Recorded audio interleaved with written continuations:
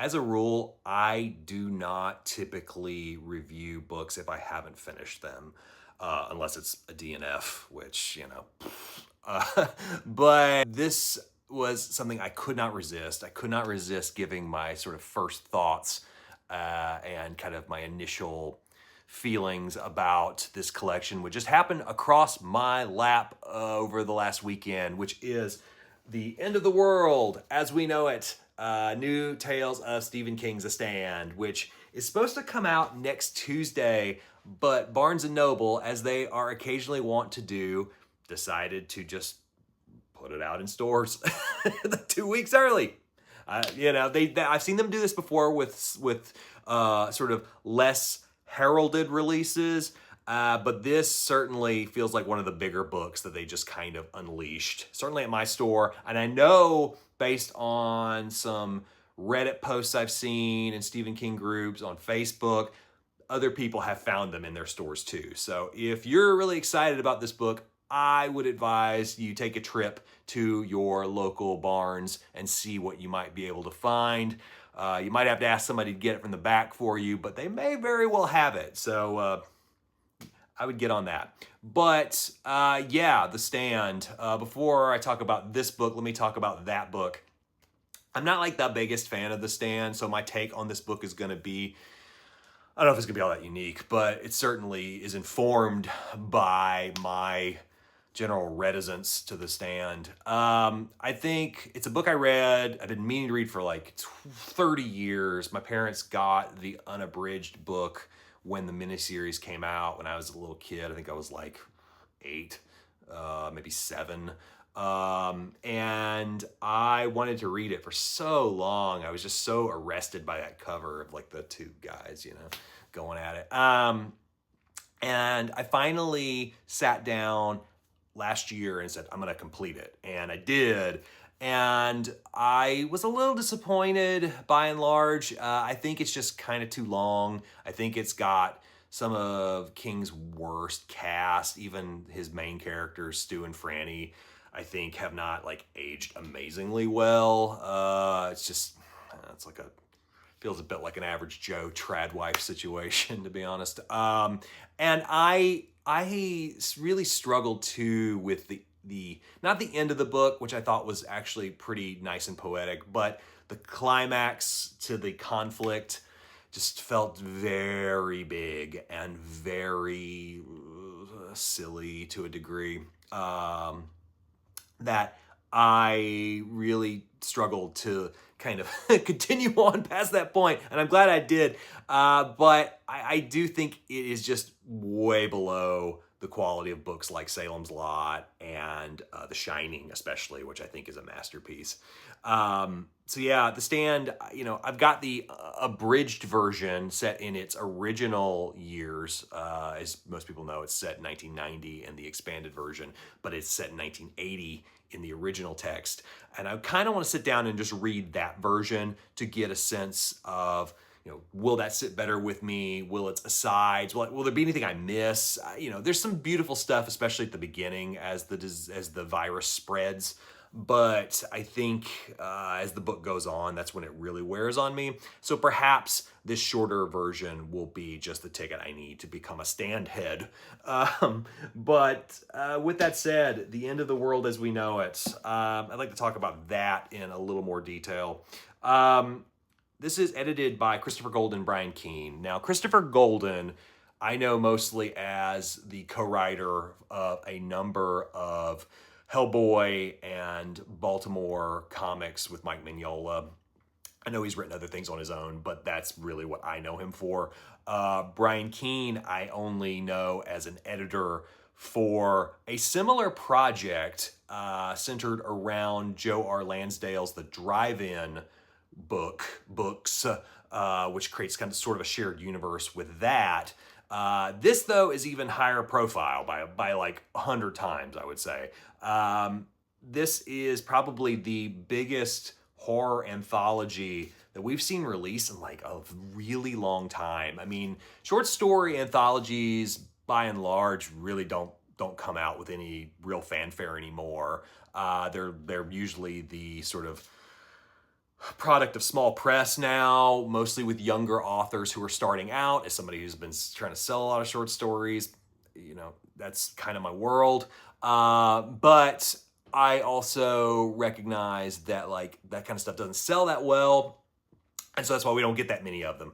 But this is like the biggest horror anthology that's probably going to hit the market in, I don't know, I want to say like 20, 30, probably 30 years. It's The Dark Descent, maybe. And that had old material in it. This has actual new stuff that nobody's ever seen before. I will be honest with you guys, I only read the first 140 pages straight through or so, maybe 160 pages, I can't quite remember. But I wanted to have like a solid stopping point so I could talk about like that experience a little bit. And then I read the first stories of other sections because this book is divided into thematic sections, which we'll talk about in a second.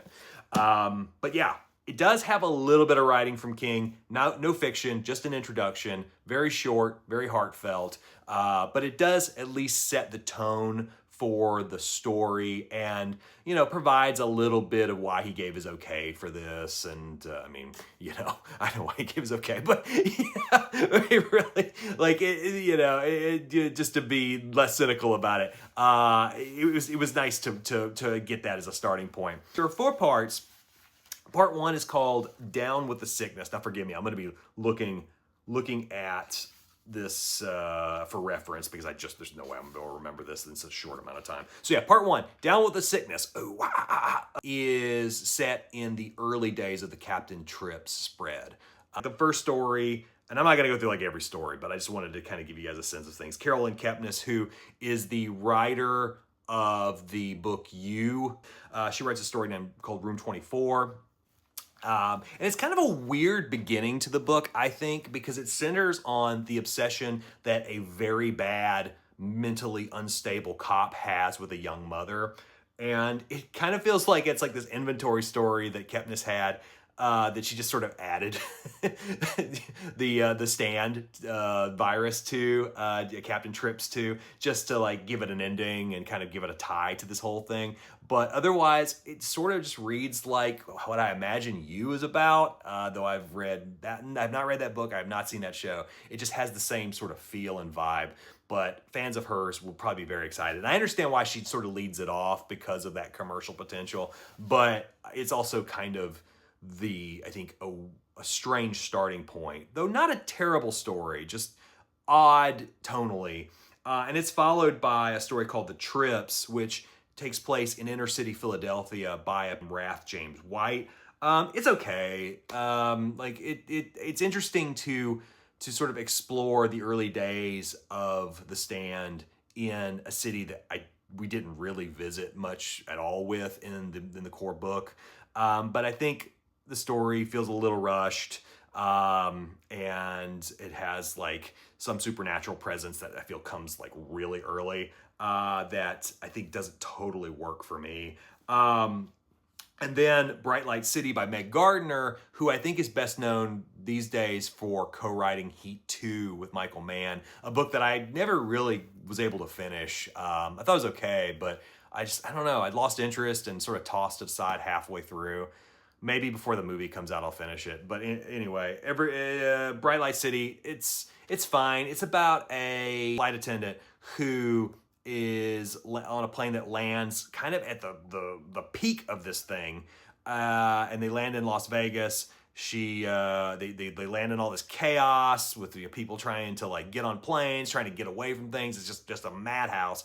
And she kind of picks up this young girl, and they try to make their way through Vegas, and right before Randall Flagg takes over Vegas. So you can imagine it's a little bit of a post-apocalyptic type thing almost. I also wasn't super hot on that. So, you know, first 3 stories, not an amazing start. They're all okay. Like nothing's bad, but I sort of was, as I sat through and read, I was like, oh man, I don't know. Is this book gonna be kind of a bust for me? But then I read Brian Smith's Every Dog Has Its Day, which is a story about a young man whose family has all died in the virus, but the thing he's most sad about is that his dog got out. And so it's all about this guy trying to find his dog, which, given that my partner and I, we are obnoxiously obsessed with our dogs, this story kind of hit me right where I needed it to.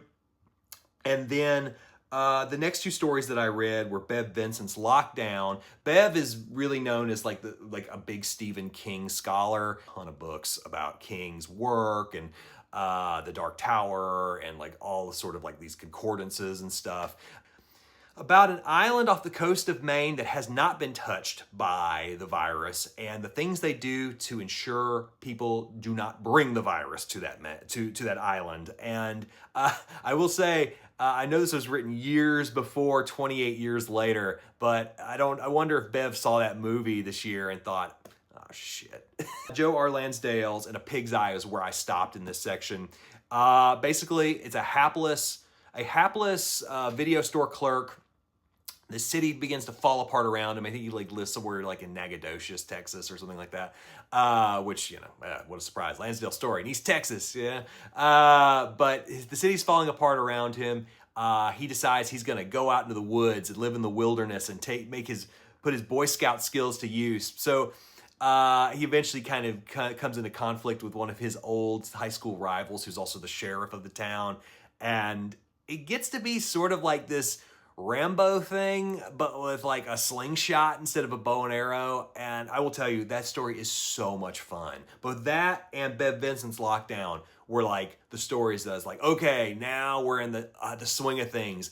And suddenly this book is actually doing what I was hoping it would do, which made me appreciate not only The Stand more, but give me like some really good fun yarns to read. I stopped there in that section, and I kind of moved on to the next three, just to read the first stories in them. And so part 2, The Long Walk, is all about the journey that various characters take in these stories, either to Nebraska to see Mother Abigail, or to Las Vegas to see Randall Flagg. The very first story in this is called I Love the Dead by Josh Malerman. Now, Malerman's well known for the Bird Box book, which became a Netflix movie that was well known.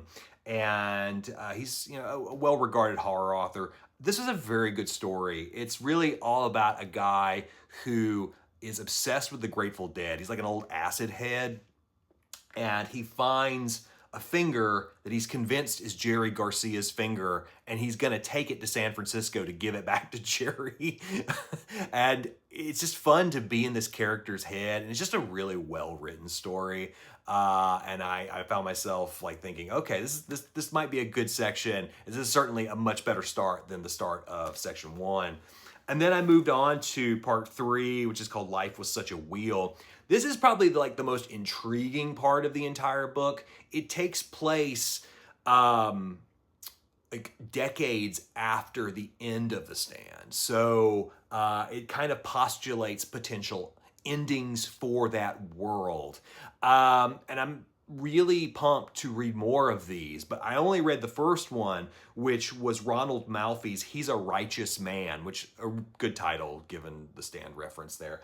But it is kind of a folk horror story that takes place, it doesn't even tell you how long it passed the end of the book, but people live in kind of an agrarian culture again, and there's this guy who's traveling from city to city as someone who was able to accurately predict the events of the Stand before they happen, and he published them as a book.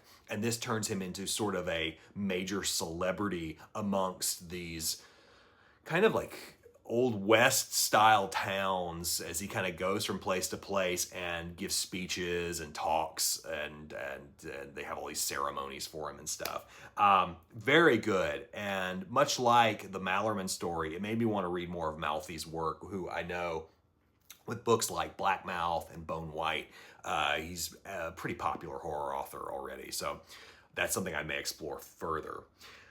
Part 4 is maybe the most interesting section past part 3.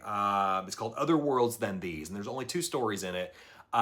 Presumably, these were stories that were written and they didn't really fit the other 3 sections so neatly. And I was kind of wondering how that was going to work. But Nat Cassidy's The Unfortunate Convalescence of the Super Lawyer. Great title.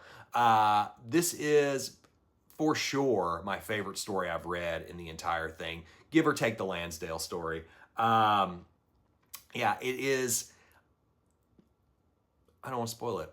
This is almost worth the price of admission itself. It's really well written, and I have instantly become a Cassidy fan immediately by reading that. There's a lot of stuff, though, that I have not read in this book. There are a lot of big name writers, so let me just kind of mention a few of them, because I think, like, God, there's Gabino Iglesias, who's like one of the big crime writers with like a horror tinge. We've got, let's see, C. Robert Cargill, I think. Did he write the Doctor Strange script? I think he did, maybe. My good buddy Alex Segura, who I've been friends with for a long time, and I'm so excited to get to that. I should have read that before I recorded this video, but time has gotten away from me, Alex. I promise I will read it soon. Poppy Z. Bright, Alma Katsu, the writer of The Hunger. We've got S.A. Cosby, you know, who's like the big master of crime fiction currently, with a short story. We've got Paul Tremblay, you know, if you saw The Cabin at the End of the World and read any of his works, that certainly, that's a guy, Head Full of Ghosts, you know, it's big. And then, you know, there's a few others, David J. Shaw, Catherine Valenti, but a lot of people have talked about Sarah Langan's story in this book too. And that's like, in all the Goodreads reviews I've seen so far, her work has been like the one a lot of people have like zeroed in on. So I might read that first before I read anything else. I tend to not read these things in order at all, because I don't, what's the point? And I would advise to, like, especially early on, one of the issues I have with the book is that, like, because it's in a sort of limited setting, this idea of like a spreading pandemic, it does feel a little samey. Even if the POVs change, even if the settings change, it's set in like urban versus rural versus, you know, outer space. Even one of the stories is set on a spaceship. Like, it still kind of has like the same sort of tempo. So I would advise kind of jumping around and like reading like whoever you're excited to read first. But the value of something like this too is that you can try out writers you've never read before. Like, I've never read a Nat Cassidy story before. I've never read a Ronald Malfi story before. And it makes me interested in reading their original works. I think that's my only sort of major complaint about the book. There's only a few real tone shifts. But I also could complain, I guess, if beggars be choosers, you know, about like who's missing from the book. And, you know, I would have loved to have had someone like a John Langan or maybe Philip Fracassi. But probably the biggest missing name, and I'm really surprised he's not in here, is Stephen Graham Jones, who to me is like kind of like the biggest commercial name in horror right now. It certainly feels that way. And maybe he was asked and he was just too busy, or, you know, man, just wasn't that interested. I don't know. But that does feel like the one sort of key oversight. But otherwise, this is a fun book. And, you know, I think if you're a huge King fan, you know, you might say, well, if King's not writing it, why should I read it? And I get that. But I don't know. It's just an opportunity to try something new and kind of introduce yourself to some new names in horror. Certainly worked for me. I give it a recommendation on those merits alone. Again, I haven't read it all. It's possible I will finish the back end of part 1 and suddenly realize, oh no, maybe I don't like this book that much at all. But so far, so good. And I especially think in the later sections, there's a lot of really cool stuff. So get it for the Lansdale and the Cassidy and the Malfi on their own, because I think those stories are definitely well worth reading, especially if you are a constant reader. Anyway, that's my thoughts on The End of the World as We Know It. More to come later. Thanks for watching. As always, like, comment, subscribe. Keep on reading. This video is sponsored by me. I have a book out. Do you like short horror stories in the vein of Stephen King? Small town interconnected intrigue a la Ray Bradbury? The narrative weirdness of Gene Wolfe? Then this may be the book for you. Pick up Taking Root by Kyle Pinion today at Amazon, Barnes & Noble, and any online book retailer.